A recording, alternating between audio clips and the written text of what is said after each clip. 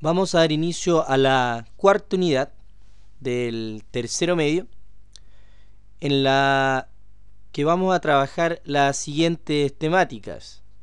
Vamos a ver el humanismo, la definición, en qué consiste, de qué manera se ha desarrollado este concepto a través de la historia. Luego vamos a ver la nueva visión que surge del ser humano a raíz de esta nueva visión, sus fundamentos e implicancias, es decir, cómo esta nueva visión del ser humano a partir del siglo XV, de la Edad Moderna que estamos viendo, se empieza a desarrollar con mayor fuerza y qué característica adquiere, de qué manera se ve al ser humano a partir de esta nueva visión. Vamos a ver cómo el ser humano logra dominar o transformarse en dominador de la naturaleza, situación que durante el periodo anterior, que era la Edad Media, no se daba, porque el dominador y el gran creador y quien podía determinar el tema de la naturaleza era Dios. En cambio, en esta nueva época, en esta nueva era que corresponde a la Edad Moderna, el ser humano también va a transformarse en un gran dominador de la naturaleza, la va a observar y de ella va a empezar a extraer una serie de conclusiones.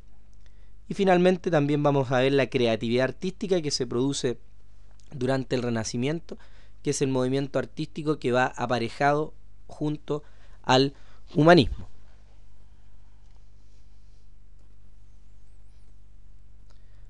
En relación al humanismo, tenemos que primero trabajar con la definición de este concepto. El humanismo, como dice la imagen ahí, es un movimiento intelectual, filológico, eso que tiene que ver con todo el tratamiento de las letras, de las lenguas, filosófico, ¿no es cierto?, la manera de pensar, y la cultura, el arte, ¿no es cierto?, la manera de escribir. Se desarrolla en Europa y a partir del humanismo se va a generar otro movimiento que es más de carácter artístico, que es el Renacimiento.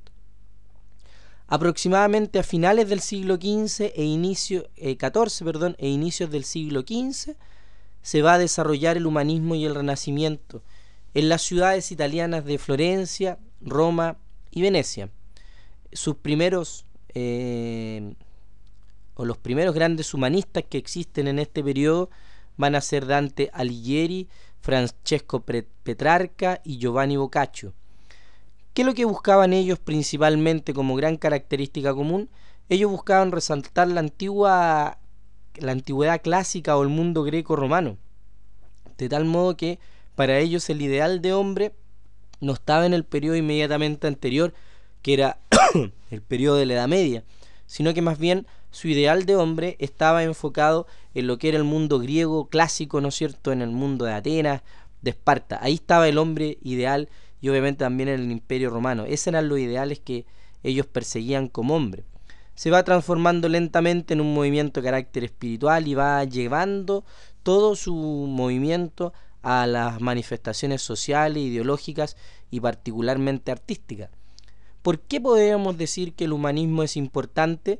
Porque a partir del humanismo como base se van a generar otra serie de reformas importantes a nivel mundial. Por ejemplo, las reformas al cristianismo o a la religión católica. Se separa la iglesia a partir del humanismo porque de las ideas del humanismo van a surgir las ideas de Lutero, Calvino y el anglicanismo en Inglaterra, que van a empezar a cuestionar la manera y la forma a partir de la cual se había trabajado hasta esa época la religión.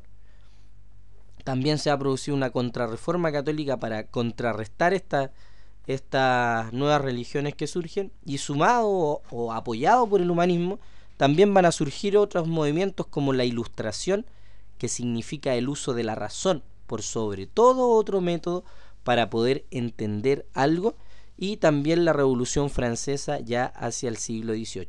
Por lo tanto, como podemos ver, este movimiento intelectual de las letras, la filosofía y la cultura va a ser importante porque marca una nueva manera de pensar el mundo y sitúa al hombre en un espacio distinto, y a partir de él se van a generar movimientos importantísimos en Europa como la Reforma, la Ilustración y la Revolución Francesa.